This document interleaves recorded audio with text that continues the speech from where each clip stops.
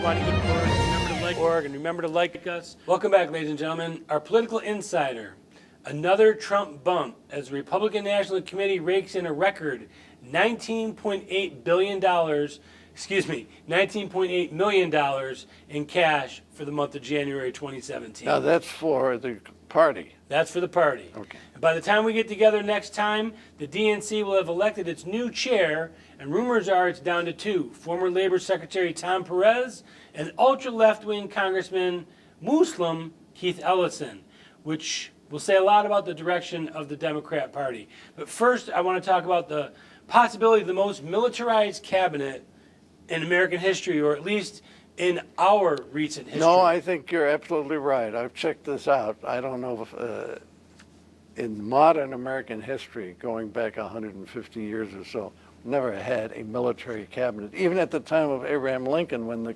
country was in danger of being split into two, you didn't have that many military people in his immediate cabinet. So what is your thought process here? Is it because of foreign policy? Is it because of you want distinct, direct leaders, no cronyism, all the above? I think all of the above, but I think primarily foreign policy. I think it's sending a signal where we have allowed our military to dissipate down to a ridiculous and disgusting level, where we're at the same position as we were before the beginning of the Second War. And our Navy is smaller than it was before the beginning of the First War. And let's talk about the morale. The morale of the troops has been horrible. My God. Not only that, what about the veterans? It's enough to make you sick how they've been deliberately they've been made fools out of, and they've made victims rather than being praised and respected. Absolutely. No, I think the idea of having the kind of people, you know, it's a shame with Flynn getting involved with Putin's ambassador and so on. But the guy that has taken his place is just as good or better. I think he was scapegoated. Well, he may be, but the point is, you see, that's and where... you know, and the Obama administration changed the rules on leaks and on crossing over agencies with intelligence 2 weeks before he left office, and he did it on purpose just to do things like this, just to trip up a President Trump. You know, Obama ought to be glad that Jimmy Carter was around, so you would only be the second worst president.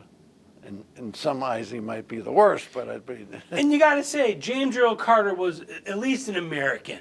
Yeah, and you know, he served his country. That's right. Yes, he did. He even came out and said that it was unimaginable in his eyes that the Democrat Party would take the role of being pro-abortion. That he couldn't see how any God could approve. I mean, that takes a lot of guts to say that against your own party. Now, the other guy we're talking about, Barack Hussein Obama, I think he's deliberately going out of his way to trip up and weaken this country. You can't argue with that. I don't think we will ever know what his total motivations are. I think his wife might even be worse than he is. Remember when the election results came in, she says, "There's no more hope." I said, "For God's sake." Yeah. I thought you meant the first time in her life she'd ever been proud of her country. Yeah. That was the first time around. So the military being involved in the cabinet. I mean, not just on military side, but throughout the cabinet. I told you I have met Tillerson, the Secretary of State. He was head of ExxonMobil, but he might as well have been a military guy. My greatest pride is in a list of distinguished Eagle Scouts. My picture is next to his. Is that right? Yes, sir. He's an Eagle Scout. Yeah, well, there 4% of all Scouts become Eagle Scouts, but only 1% of the 4% become distinguished Eagle Scouts. That means they have had to do something in 25 years after they got the Eagle Scout badge to help the civic benefit of this country. And it has to be done at the national level. It can't be done at the regional or state level. That's congratulations. I'm proud to hear that. I'm very proud of that. So the next conversation we're going to have, the Democrat National Committee will have elected their new chair. To go from Debbie Wasserman Schultz to go to Donna Brazil, the leaker and liar on CNN. And I think they're going to elect Keith Ellison. Probably. It's probably not the direction that I think the Democrat Party would be best suited for. They have no control. They're on a downhill slide, and there's nothing that can stop it. I mean, this is as far left as it gets. He's a Farrakhan devotee. He's pro-Muslim, which is okay. There's nothing wrong with that. I'm not anti-Muslim. But it doesn't seem that the Democrat Party heard anything from the last three elections. Say pro-Islamist. That's a good way to put it, yes. Yes, pro-Islamists. Do you think that this is a bad direction? Well, for them and not for mine. I'm delighted to see it happen, frankly, because they are not, in my estimation, that party is not for the best interest of the future of the United States of America.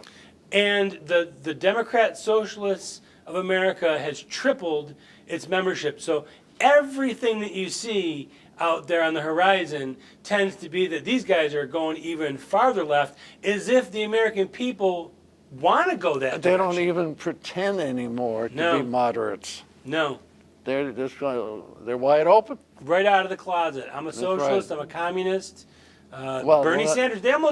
Bernie Sanders should have gotten the election. Well, he got it stolen from him. Yeah, he had 46%, probably more like 56%. All the collusion that was going on with the media and the DNC at that time, they were too. afraid. He was popular.